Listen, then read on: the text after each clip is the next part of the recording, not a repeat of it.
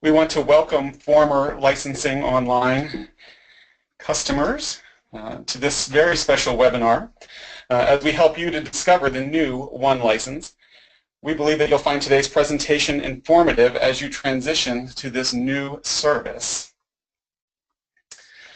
Good morning, I am Paul Raspa from Licensing Online, and it has been my pleasure to serve you the past several years. Today I'm joined by my colleague Brenna Cronin from One License. Good day, Brenna. Good morning, Paul. Happy to be here.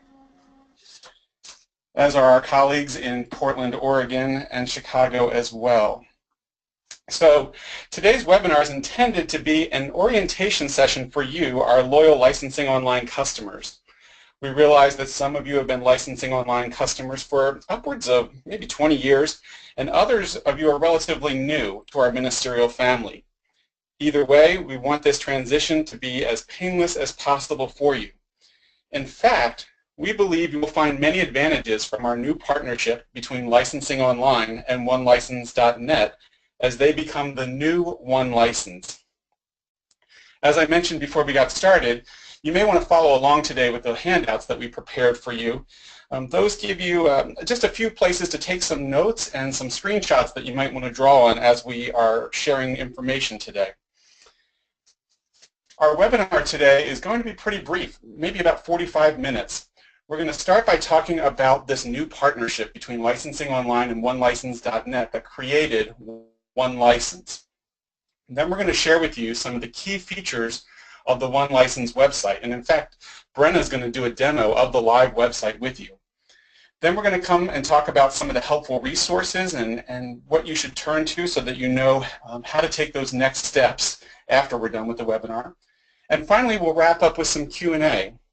I just want to mention again with the Q&A that in that chat bar under GoToWebinar, that gray bar that says chat, you can enter in a question there. And we will be addressing many of those questions as we get going today. And then at the end, Brenna and I and Jethro will kind of cycle through a number of those questions.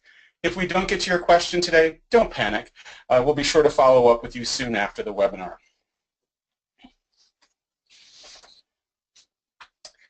So I want to talk a little bit about this partnership that we have. You know, we understand the power of partnership, and it starts with bringing together the best Christian music publishers. We have more than 150 member publishers, likely the ones that publish the hymnals in your pew, the anthologies that your choir sings from, and the accompaniments your instrumentalists use. We have partnered with the largest liturgical music publishers, including GIA Publications, OCP, Hope Publishing, Morning Star, Augsburg Fortress, and Oxford University Press. In the past, you may have gone to multiple license services to get this breadth and depth of publishers. Now you will find them all at One License. As a church musician, we recognize that the power of your ministry is in the songs that you select and you pray.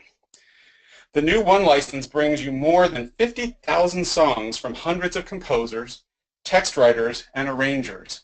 Songs like Christ Be Our Light, All Are Welcome, Here I Am, Lord, We Are Called, One Bread, One Body, and many, many, many others, as well as dozens of Catholic Mass settings and Lutheran service settings as well.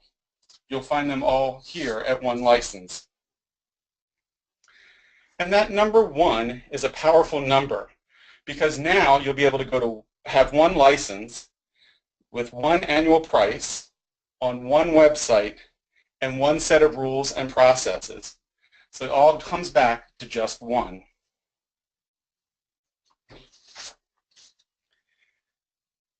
The new One License has the power of simplicity.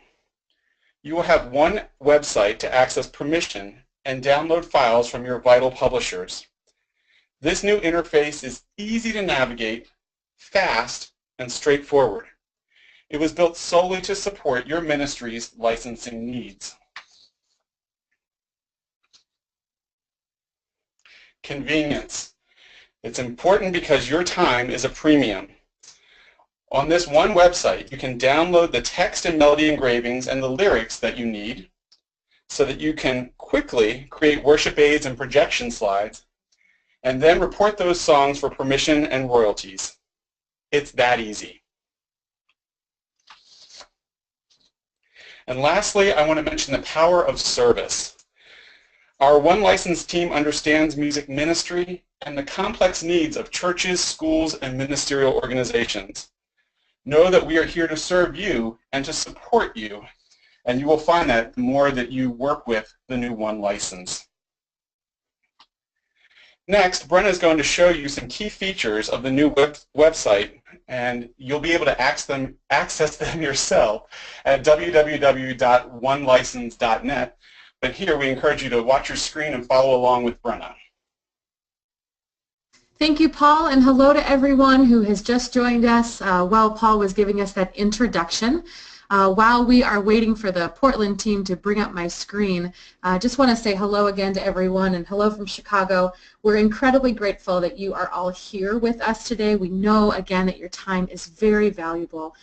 We appreciate also the patience that you have given us over the last week or so in returning your phone calls and your emails. Anytime that there is a merger like this, we do our very, very best to be as prepared as we can. But there were some issues with our email server last week, so that's why there's been a delay. We do apologize, and again, as Paul mentioned, if you have concerns, we will be following up with you on those, whether they come up today or whether they have come up in the last week. I want to give you an overview of our website. This is the brand new interface for One License. You'll notice that searching music titles can be accessed here by folks that are non-license holders with us. It's incredibly important that we are transparent about what titles are available and what titles are not available. The best way to understand that is we work again with those 150 or so member publishers and their divisions to make that music available to you. If you search for a title here and you're not logged into the website, I'll use Marty Haugen's All Are Welcome as an example, you'll notice that it is here, it is available, I am able to use it by having a license with this service, but if I was to try and download it, it would encourage me to purchase a license, all right? So if some of you are seeing this message when you're searching for titles, it's because you're not logged into the site. I'm going to show you the interior of the site in just a few minutes, but I want to look at the exterior before we get there. We have an overview of our website here. One License exists to offer copyright reprints of congregational music. Intentionally left out is any music for a choir or an instrumentalist, accompanist, or a cantor, and the reasoning is because that music needs to come directly from that publisher. We offer copyright reprints of congregational music in order for congregations to sing together. The music on our website is not going to be sophisticated enough for a choir or cantor. Or talking about that three-step process, download, create, report. That has almost become a second tagline for our company or a second slogan. With this service, has made the title available. The title will be available for you to download. We are primarily a reporting service, and we are secondarily a downloading service. What that means is those member publishers that we work with, you'll be able to report that song usage, but it's entirely up to the member publisher's prerogative as to whether they want to have that music on their website. OneLicense.net, if you want to make note of that, news.onelicense.net.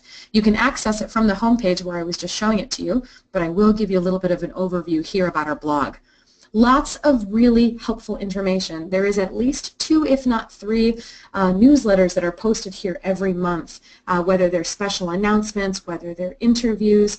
We also have a series called Spotlight On, which features a different member publisher each month. So be on the lookout for those also. There's also some ministerial type of pieces that are there as well, depending on the season. One thing I want to mention, if there is a post that you know that you've read before, and you know that it's on the website but you can't seem to see it there, you can search for it. The article that I'm pulling up here is our Songs for Disciples announcement. They were our newest member publisher back in September, so I'm able to click on that blog post from there. All right? Let's go back to this home page. There's a section of testimonials that's here on the bottom. If our customers ever want to offer a testimonial, we're happy to include it on our site. Our footer here has an FAQ section, lots of really helpful information there about us, again, that personal letter that comes from me and my team, and then this contact page, which we'll go to next. So when you click on this contact link, or when you're logged in, it's actually up here and it says support, you can put in your name and email and a message for our team to respond to. It's the same exact thing as if you were sending us an email at info@onelicense.net, info, info@onelicense.net. So when you send us a message through the Contact Us page, which some of you have done this past week, or you send us an email through info, they are all routed through our online ticketing system. This allows us to respond to inquiries based on the person who should be responding to them, or based on their severity, etc. So we're able to organize them internally and ensure that nothing ever is missed. You will receive a receipt once you submit something to us, so that way you can be aware of, whether it's been responded to yet or not. So that's all an internal process that we have. We want to make sure that there aren't emails and things like that are getting lost in our system. So we have developed this new system, this online ticketing system, to make our lives easier for our customers.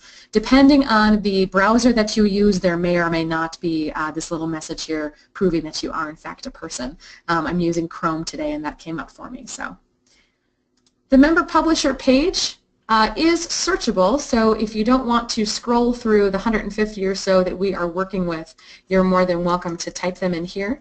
I'll show you OCP, beautiful logo, address, and then any additional copyrights that are located under them. I'll show you GIA as well. So Tizay Music, Walton Music, Iona Community, etc. So as those different copyrights become available, you'll notice that they come up on the website. I'll show you the options and prices page as well. There are 3 different license types that we offer. We offer reprint licenses, we offer podcast streaming licenses, and we offer a practice track license. The practice track license is being revamped, and more information on that will be available in February, so we will be following up with you there. The reprint licenses are broken down into 3 different styles: an annual license, a single-use license, and an event license. An annual license is what the majority of you on our webinar have. It's a license that allows you to reprint any amount of music as long as it is reported throughout an entire calendar year. Now for some of you that makes more financial sense, even if you only use the music seasonally, maybe for Lent or for Advent, because the cost of a single-use license is too high. So each church or organization does it differently. But this pricing here, the annual licensing pricing, you can see it on this options and prices page that I clicked on. And you can also see it here on my screen. It will take the entire calendar year of 2017 to have all of the invoices of our around 19,000 customers or so to be acclimated to the new pricing structure. So some of you have noticed that you've received an invoice already, some of you have not. So if you had both licensing services, you will notice that the latest of the 2 expiration dates is what we are going to go with. That is the date that we are going to honor. So essentially you're getting a couple of months there of a discounted fee for the license.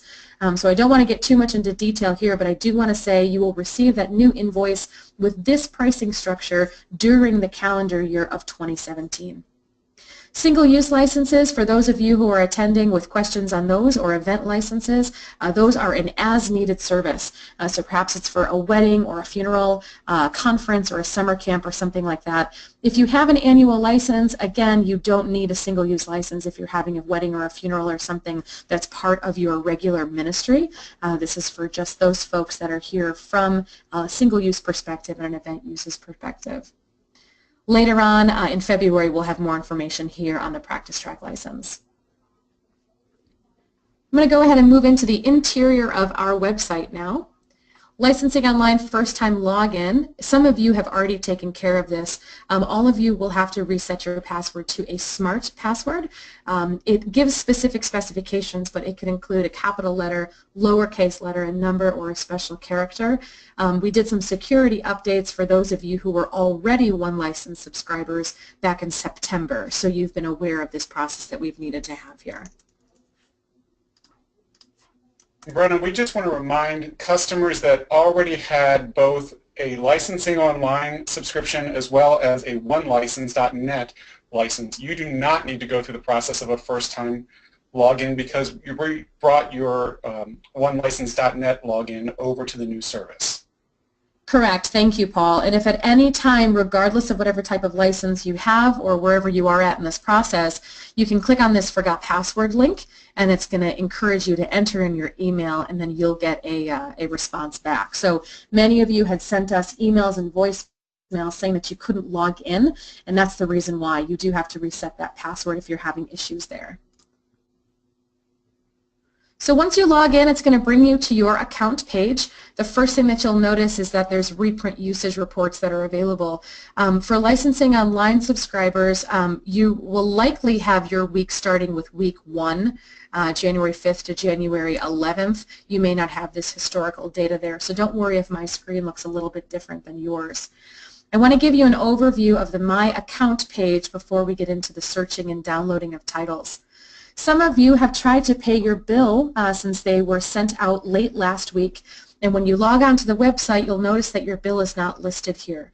All you have to do is click on View License History, and if you have an outstanding bill, it's going to give you the option to pay it here. Hopefully in the next couple of weeks that bug will be fixed, so it won't be in the system anymore. Again, you'll click on that View License History, but going forward, the next time you pay your bills, certainly, since it's annually, you'll notice that the listing will be here for paying that invoice. Two incredibly important things that I want to bring your attention to. Your account details, very important to keep that updated. I know that some organizations have turnover, some organizations have multiple users that are on their accounts. There is one account owner as far as our administrative side is concerned, one account owner. So that information can be updated here. The second thing that I want to show you is subscribing to our newsletter. That's how you're going to get all of the information about our blog, about our articles, about any other thing that's happening in the company. That is our best way to get a hold of all of our users at the same time. The services over here, this is where you will indicate the average number of services that your organization has each week. Now I understand that that can change seasonally. Perhaps you drop a service during the summer or out of the school year or something like that. You can update this here at any time. But what the purpose of this is to save you a little bit of time and energy. So when you are reporting titles, you don't have to click them multiple times. So if your default is 3 services and your music is the same at all 3 of those services, then all you have to do is find that song and report it once, and the system is going to know. Now if you have 3 services but you're doing an additional funeral or a wedding or something like that on top of it, when you go to report that specific song, you will have the ability to edit that, and I will show you that once we get there. Please also keep your organization profile up to date with your address and your phone number. Default hymnals is a great way to have the results that you are expecting come to the top. You'll notice that the majority of these hymnals listed here are GIA and OCP. There are other member publishers that have either chosen to include their hymnal or not. Again, just like the songs, that's entirely up to them. So don't be worried if you don't see something here. You're always more than welcome to ask us for clarification on that, but you can set your default here. I'm not going to set a default because I want to be able to show you the most organic responses that I can. And if you have more questions about this My Account page, feel free to write those in to that chat box under the GoToWebinar prompt so that we can address some of those during the Q&A at the end of the webinar. Thanks, Paul. We have an incredibly robust search system here, and I want to show you different pieces of all of it. So this may be a good time for you to start taking some notes. I'm going to pull up that All Are Welcome example that we had from earlier. This is a simple search by title. A simple search by title, just like a Google search or a Yahoo search or anything else. You'll notice that the one that I'm looking for, Marty Haugen, it's listed right here. I can click on View More Versions to be able to see just how many versions of it I can get.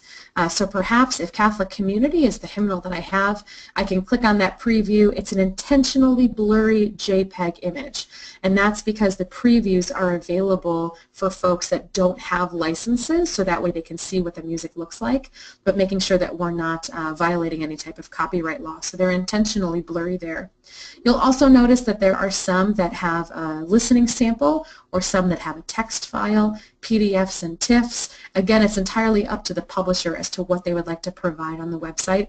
So you can look at this, decide which hymnal works best for you. Perhaps it has different words sometimes. Perhaps it's bilingual.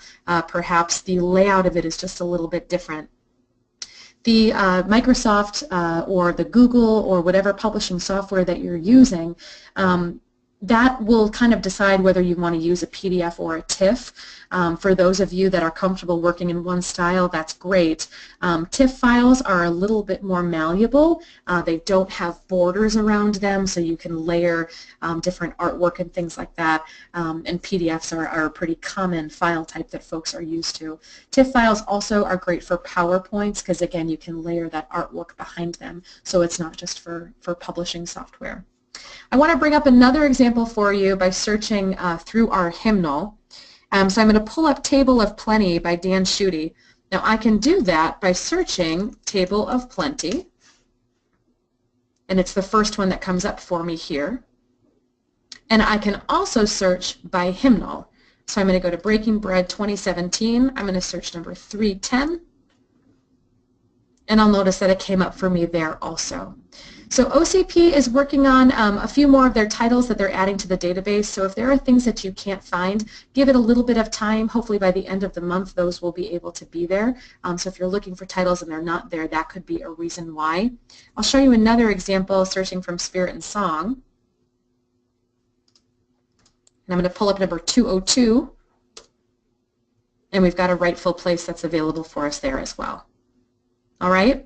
To manually submit a title, this is a last resource kind of concern. I want you to think about it that way. If you have done your very best and you cannot find it by searching here, you can't find it by searching by the hymnal, perhaps it's a psalm setting or you know the tune of it and you still can't find it, you can manually submit a title. One License was originally created as a customer-built service. So there are titles, every once in a while that are not available in the system. You'll notice that it pulled that Table of Plenty because it assumed that that's what I was looking for. So we would encourage you to put in as much information as you have. Maybe you know the book or the hymnal that you're pulling it from.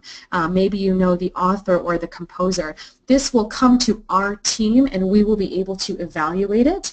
If for whatever reason there's a question there, we can always pass it off to the publisher to confirm. But we don't want you doing anything like this for OCP-related titles for the next couple of weeks because we want to be able to ensure that importing is done before we start adding sort of critiques or edits to the system. So I hope that makes sense. Paul, is there anything else you want to comment on that section there?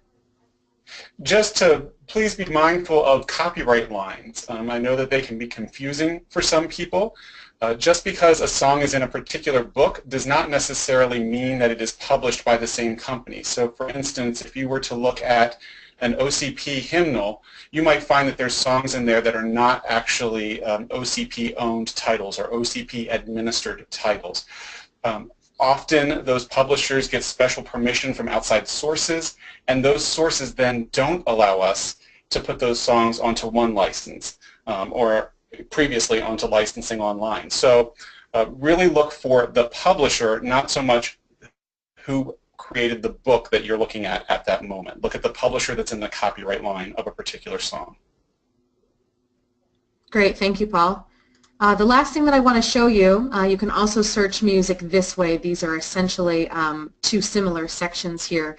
You can search by tune, so if I pull up something like Beach Spring, depending on the titles that are available, it looks like it's even listed twice, I can pull up a variety of text authors. So people like Ruth Duck, Dolores Duffner, text authors like that where you can pair music and text differently. That's a really helpful feature as well. You can also search by psalm setting by entering the psalm number. So if I enter 23 here, it's going to pull up in alphabetical order, notice that, all of the different options that our system has for Psalm 23. You'll also notice that there may be a year A or a year B mention depending on what the applicable title is there. You can also search by mass setting. You'll notice that revised order of masses for our Catholic communities are on the left, non-revised mass settings, so in their original form, are over here on the right for some Lutheran groups that still use those. So you'll be able to click on an entire mass setting and be able to see the pieces of it for you to choose from. All right. One thing that I'll show you here, if you wanted to report several of them, let's say I've reported all of these, I can scroll back up to the top and click Report All Selected. If they were individual, I can put them here. Reporting All Selected is going to bring me to that really important screen that we were talking about earlier. So I'm going to select my week. We talked about it being this first week here. This is my default. So earlier in my account, I was putting it as one service. If for whatever reason I was using this for a special wedding or something, I could edit this to the number of services that it's applicable for. To send and view the report, I would click here. To submit and continue the search, I would click here. So I'm going to do that here so I can bring you back to this screen and talk about our list for just a second. If I wanted to add this song to a list that I was already working on, you'll notice that I have an ordinary time list that's created here. I can also create a brand new list. The nice thing about lists, and I believe in licensing online, those were called tags earlier, so Paul, you can comment on that in just a second, but creating a list allows there to be historical data. So if you're creating something for Lent 2017, next year, Lent 2018, you'll be able to look at it and either report the entire list if you're using the same exact music. That would be incredibly easy to do, or you can pick and choose which pieces you'd like to pull from them for your current Lenten season. Yes, for licensing online customers that use the tag functionality in the past, where you could create your own gatherings of songs, groupings of songs, use this new list functionality. It is very powerful on one license, and we think that you will enjoy it. You can also do kind of bulk reporting based on a list. So please set up those lists with the songs that you use a lot. If you're using a particular title or group of titles for an entire season, that would be another reason to create a list. If you use a particular mass setting or a particular variation combining multiple mass settings, and you do that on a regular basis, create a list. It'll save you a number of clicks going forward. Thank you. And if there are more questions about this, again, we can cover that in the Q&A. You can access that chat link on the furthest right-hand side of your screen. So here I'm going to save and manage my list that I've just added. Excuse me, once I add this here. Save and manage my list. So it's going to bring me to the section that I've just created for All Are Welcome for ordinary time. So you'll see that we have that listed there. We have a community mass listed. I can report all of them, right, if I have them selected. I can also report them individually. And again, it brings me back to that screen. So one other thing that I will show you, just going back here for a moment. Again, you have the option of viewing more versions here. You also have the option, after reporting all of them that were selected, to send and view the report. That's going to bring you to your reporting kind of interface here. I want to assure you that this Save Report button is completely aesthetic. We live in a world where we feel like we have to click Save because that's something that has been ingrained in us. If something is listed here, I can assure you that it is saved, but it is there to help you feel better. I hope that brings some humor to the webinar today. It's just there to make you feel better. You can also download all of the available titles. This is going to pull it into a zip file for you. So it will pull anything that's available. It may be a PDF. It may be a TIFF file. All of that's going to be there in that zip file for you. Now again, from there, that's really where our service stops. So if you're having issues with pulling downloads or putting them into your publishing software, you may want to get some support from another team member. Just one more thing that I want to show you, these quick reporting tools before we move on to our welcome packet and our helpful resources. You can pull from titles that you commonly report here. You can also pull titles here, and then also from the list that you had created as well. So most recently reported, most often reported, and then from that list. So lots of options for you here for searching and finding songs. Brenna, I want to reiterate a couple items that may be a little bit different for our licensing online customers who were used to usage reporting in a little bit different fashion. One is that under one license, we are asking you to report on a weekly basis. So licensing online was a little more free-form in its reporting periods. With one license, we very clearly have a week for a separate week throughout the year. So we'd ask that you indicate the number of uses that you did in that particular week. That'll help us keep better records and see trends and things of that nature.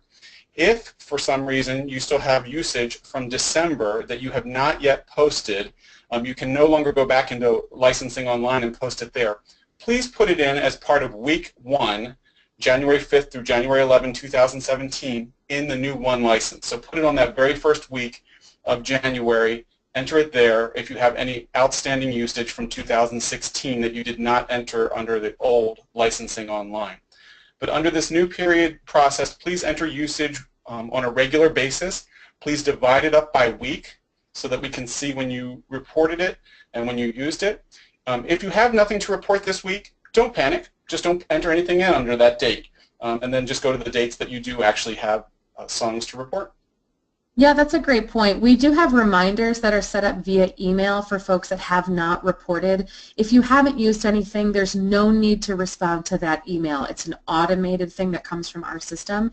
So if you're one of those license holders that only uses it for special occasions, that's fine. You can ignore that message. The system will let you report 12 weeks in the past and 6 weeks into the future. 6 weeks into the future is great for those of you that are planning ahead, or for those of you that are using the same maybe opening and closing song for an entire season, especially as we get ready to move into Lent here, moving faster than we think it is.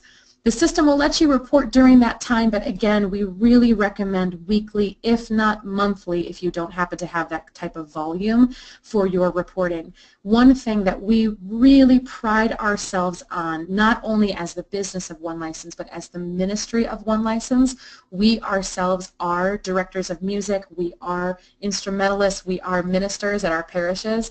We want to be sure that the music that we are using is done with integrity. If we are using a piece of music, it is owed to that composer, to that author, to give us that incredible gift. It's part of their income, it's part of their ministry. It does not cost you any more money to report your usage. It's just incredibly important that we keep that for our integrity for our composers.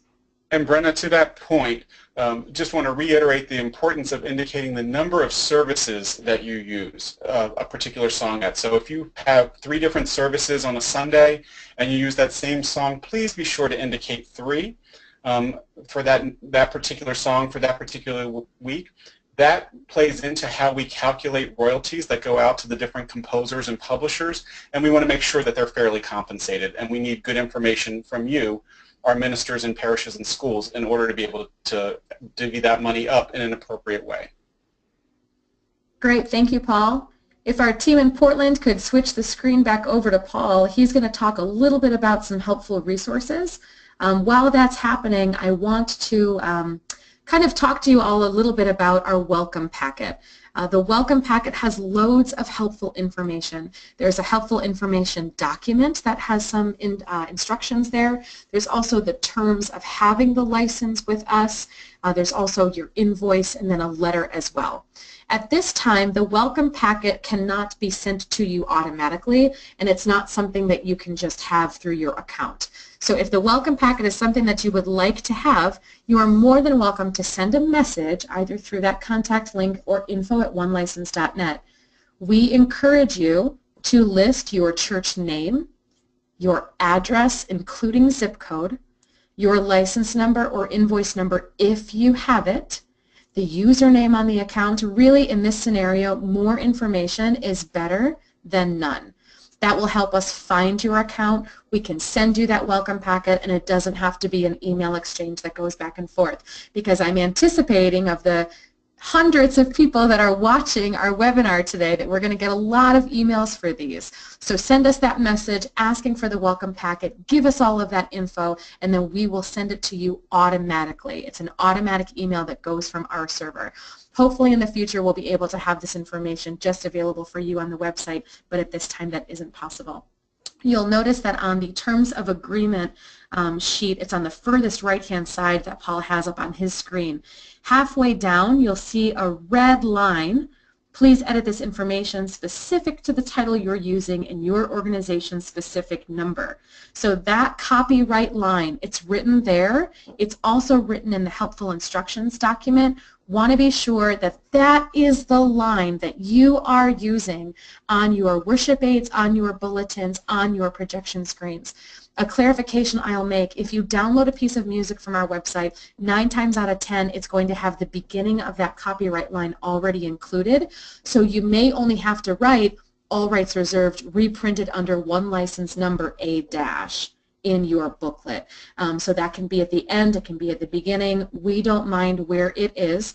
It's incredibly important that that copyright line is in there, and then anything that you sing is reported. Before I pass it back to Paul, I want to make one more comment here. Some of you have supplemental hymnals, or you have books that you have created for your individual churches. Those are all well and good and great resources for you to have. They are legal for you to have as long as you have an ongoing annual license. You have to have an ongoing annual license to be able to use something like that. Say you have the top 50 hymns or songs that your church wants to use. You're not going to report all 50 every week. You're only going to report the ones that you use, but you have them printed in that book and ready to go. Again, completely legal and fine. Make sure that you edit the number on the back of the booklet. If you are one of those folks that was a dual license holder, the one license number A-7 is going to be the one that carries on. If you are just an LSO customer, it's the A-6 number that's going to be carrying on.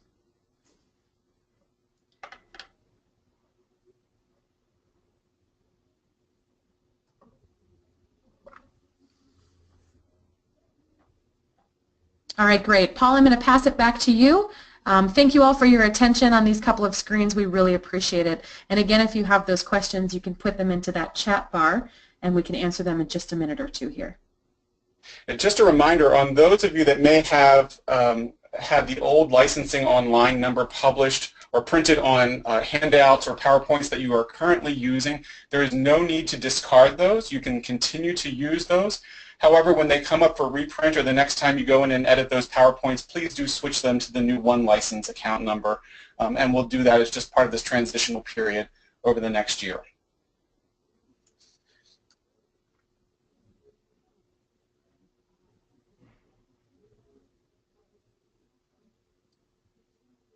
All right, thank you for that, Brenna and Paul. That's great. I'm Jethro from OCP, and I've got a good list of your questions here that you've been asking throughout the webinar. Just as a heads up, Paul and Brenna, some of the questions will be a little bit of a rehash because it sounds like some people are still a little bit confused about some stuff. So we'll just start off with the big one. A lot of people are asking, how does pricing work for this new one license, and how does renewal work? So for pricing, there is still a simple flat fee that you will pay each year for your license. You will notice as your license comes up for renewal that the price is slightly higher than it used to be. There are also some different pricing tiers based on the size of your church or your school. So you may have actually moved down a category or possibly moved up to a different category when you come up for renewal this time. The reason why the price is a little bit higher than it was before, we've got a lot more songs, a lot more publishers, all together in one place. And we realize that for many of you, you will be able to reduce the number of licenses and the number of licensed services that you are using.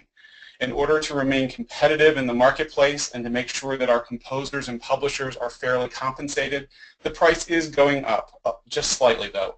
And so I think that when you see those prices and compare them to your old invoices, you'll realize it's not a drastic shift. For those of you that already had a license and renewed back in 2016 with either licensing online or one license or both, what we have done is taken the latest expiration date of both of those licenses that you may have had, and that will be your new expiration date. So for instance, if you had a license that expired with licensing online in March, and you had a OneLicense.net license that expired in September, your new one license expiration is in September of 2017, and you will be basically grandfathered in under your old rates with those old licenses until you come up for renewal in September of 2017. And for most of you, that means that you are getting a significant savings by getting both of those license services combined into one smaller price and an extended period of time. So most of you are making out very, very well by this. Some of you are basically at par through this transition for the pricing part of this. But you do not have to worry about new pricing until you come up for renewal, and for some of you that won't be until almost a year from now. Great. Those invoices are sent about 45 days in advance as well. They are sent to the registered account users that we have the emails for. So again, another incentive for keeping that information up to date. For those of you that may have been using the automatic renewal function on licensing online, that is not available on one license at this point, and so you will need to pay by check or wire transfer or credit card, and the instructions for that come with your invoice as to how you will do that. That's great. So we have a couple of questions about the search. First off, how do we narrow our search with a lot of choices for a single search? For example, if somebody were searching for a psalm and there's a lot of choices, how do they narrow down? Great question. If you want to pull up my screen again, I'll give you a second to do that. This is a really common question. And I will try and explain it in the most succinct way that I can. So when you search something like All Are Welcome, you'll notice that, and again, this is just my example because it's the first one that comes to mind. You'll notice that Marty's version is the third one. So instinctually, you might not necessarily be thinking that it should be the third one. You might think that it should be the first one because that's what you're looking for. But you'll notice that the first line of these songs, there's one point, essentially. It's kind of like a Google search. There's one point that's given for All Are Welcome, one point that's given for the first line, right? 1 point here, 1 point here. You'll notice that the first line of Marty's song is Let Us Build a House, right? It starts with the verse. It doesn't start with the refrain. So that's part of the reason as to why that's third. In the coming weeks and days and months, as songs are pulled, again like a Google search, the popularity of the search will improve. So you'll notice that if you're looking for All Are Welcome, you don't have to go through 5,000. I understand that this number can seem a bit daunting here, but the hope is that you really won't have to move on any further than that. I also recommend by typing in the title and by the composer, there is a chance that it could pull it up a little bit higher. Sometimes there's a chance that it isn't. I also notice that this happens a lot with psalm setting. Like I showed you Psalm 23 earlier, there are all kinds of versions of just that psalm. So it may be easier to just search the name of the composer and the title instead. So you may have to get a little bit creative with it. The benefit is that once you have one of these titles, it's going to show up in your recently reported, it's going to show up in your previously reported, and you can pull them a bit easier. So here's another question kind of related to search. Somebody's interested in finding the music from Music Issue from OCP, and they're wondering if that's included. The music from Music Issue, which is an OCP product, you will be able to locate in the Breaking Bread 2017 heading under Select Hymnal. So it's a similar product. A lot of that content is the same, and the numbering pattern is very, very similar. So if you search for Music Issue titles under Breaking Bread, you should be able to locate those. Great. And another question regarding songs. Do we need to be entering public domain songs? Great question. So for an understanding of public domain, it's when a composer has been dead for more than 70 years, those royalties don't go anywhere. They disappear essentially. So the only reason why you would report one of them is if there was a special arrangement or a version of it that wasn't necessarily in the public domain. I'm thinking of example, Tony Alonso did a spin on the Gloria in Excelsis Deo for Christmas, and the piece that the congregation sang was the tried and true public domain version, but then the piece that the instrumentalists and the choir and everything else were doing over it was different. So in that scenario, you would not report because the congregation is singing the public domain version. There's the implication that's there that instrumentalists and choirs, etc., have purchased the appropriate music that they would need from the publisher. So I hope that that answers that one. You are able to download public domain titles if they happen to appear on our website, and you don't have to report them. The download is just an added benefit. It's just a bonus of the service. And Brenda, just a little piece to tag on to that. For those that may not know, most of our psalms, as well as most prayers in most of the traditions and most of the scriptures in most of the faith traditions, are not in the public domain. So just because it's coming from the scriptures does not mean that it's in the public domain, and in fact we probably have to pay royalties on those. So please check those copyright lines and be sure to report on those songs. Yeah, that's specifically true for mass parts also. There's a credit that's given to ISIL, and we want to be sure that it's reported appropriately. Great, Thanks. great. So another question, possibly search related, is the customer notices that Pescador de los Hombres is an example of a song that's in both GIA and OCP resources, and but the two versions are notated slightly differently. Are both available?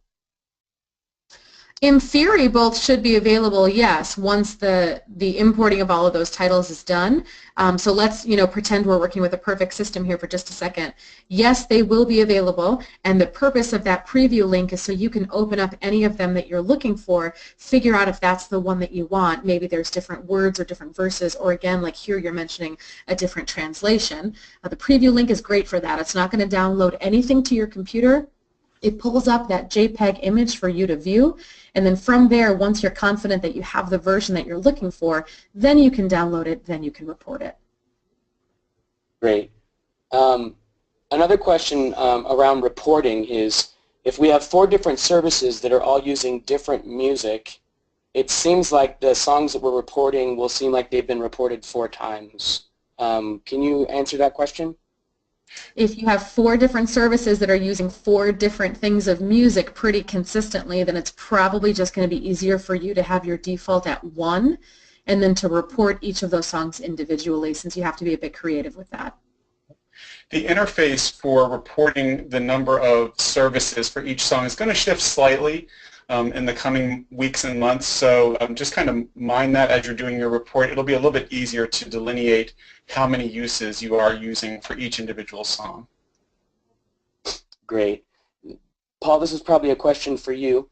I have the Spirit and Song subscription from Licensing Online. Are those songs now included in this one license? The answer is some of them.